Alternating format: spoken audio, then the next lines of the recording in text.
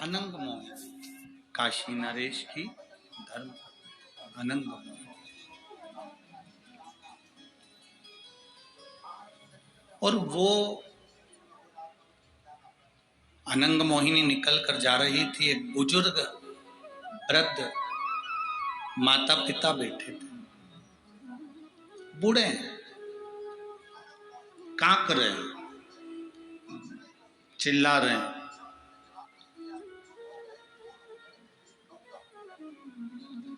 अनंग मोहिनी के कानों में शब्द गए। आपसे अगर कोई पूछे कि शंकर जी पे जल चढ़ाया हुआ घर क्यों ले जाया जाता है, पीने के क्यों काम आता है, आचमन क्यों किया जाता है, उस जल का महत्व क्या है?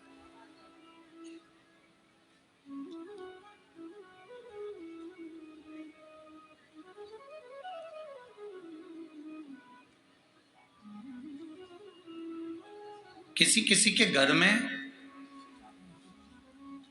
किसी किसी शिव मंदिर में, थोड़ा ध्यान देंगे, किसी किसी के घर में ऐसी जो जलाधारी होती है ना, ये जलाधारी नीचे का हिस्सा समझना जरा अच्छे से, जलाधारी होती है, शिवलिंग अलग से होता है। किसी किसी के यहाँ ऐसा होता है, किसी किसी के यहाँ इस जलाधारी में ही शंकर भगवान एकदम फिट होते हैं। जलाधारी के साथ में शिवलिंग फिट होता है। और किसी किसी के यहाँ पर जलाधारी होती है तो शिवलिंग उठ जाता है, रख दिया जाता है, साफ कर कर वापिस शिवलिंग को रख दिया जाता है, या स्नान कराया जाता है तो शिवलिंग रखा है। अब कई लोगों के मन में प्रश्न आ जाता है कि गुरुजी, हमारे यहाँ जो शिवलिंग है, हमारे यहाँ जो शिवपिंडी है, हमारे यहाँ जो शंकर जी की पूजन करते हैं, उसमें जलाधारी अलग है, शिवलिंग अलग है, तो क्या मंदिर में भी कई मंदिरों में ऐसा होता है कि जलाधारी होती है, शिवलिंग अलग से होता है, स्नान कराओ, पूजन करो, आराधना करो, नीचे उसमें जल भर जाता है, दही दूध भर जाता है, तो लोग उसे साफ कर देते हैं। इसका महत्व क्या?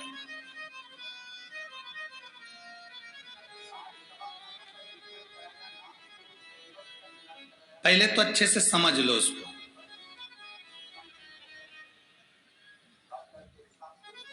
चाहे तुम्हारे घर में पूरा शिवलिंग बना बनाया हो, वो भी श्रेष्ठ है।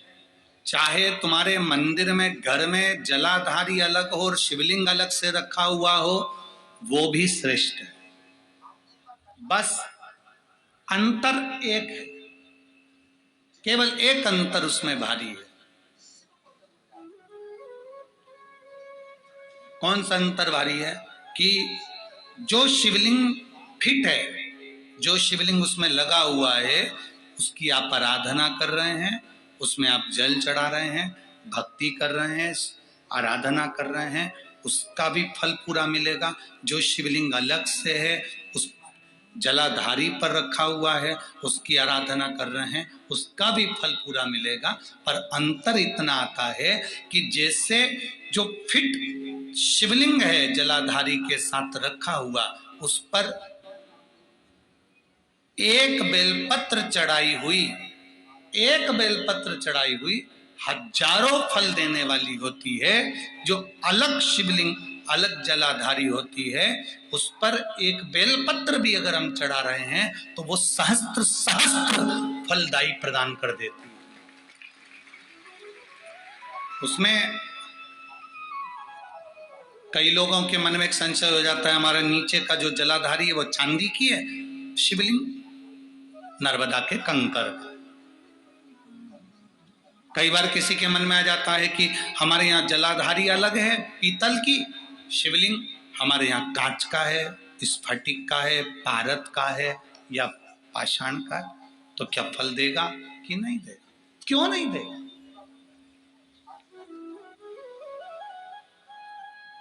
अब आपसे पूछते हैं, गंगा जी के जल को गंगाली जानते हैं आप लोग? ये सब गंगा भर के लाते हैं ना, वो पेक रहती है, उसमें सील लगी रहती है, क्या बोलते हैं इसको यहाँ पर?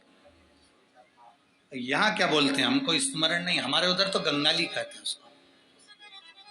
जिसमें गंगा जी का जल भरा रहता है, ढक्कन लगा रहता है और उसको देख रहती है, उसको हमारे यहाँ गंगाली कहते हैं। तो गंगा जी के जल को चाहे तुम गंगाली में रख लो और गंगा जी के जल को चाहे तुम पानी के लोटे में रख लो, जल बदलेगा क्या?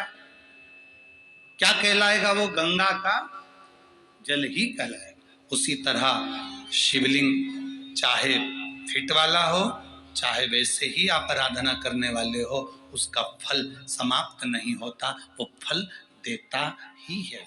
आप कितना सुंदर वर्णन करा।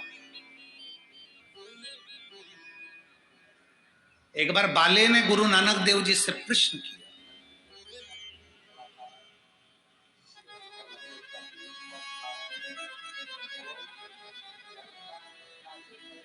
बड़ा विचित्र सेवक था ये बाले, भगवान गुरु नानक देव जी का, बड़ा विचित्र।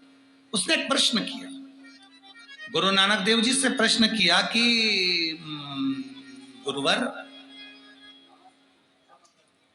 आपसे एक प्रश्न है,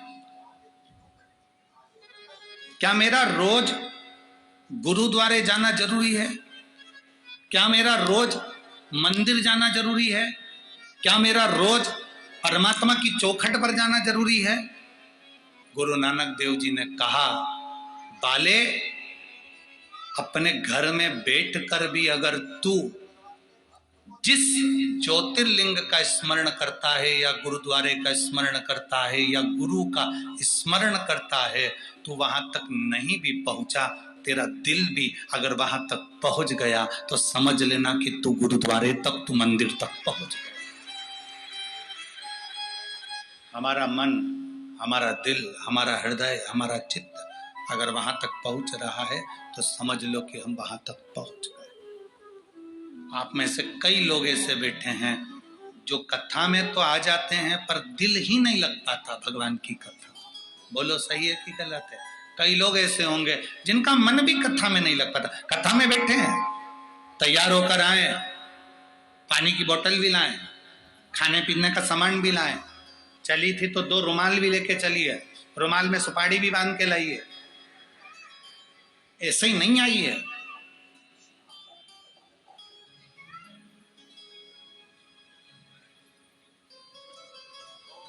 दिल भी तो लगना चाहिए, मन भी तो लगना चाहिए। जहां मन परमात्मा से लग जाता है, फिर परमात्मा हमसे दूर नहीं रहता, हम परमात्मा के करीब में पहुंच जाते हैं और परमात्मा हमारे करीब में आ जाता है।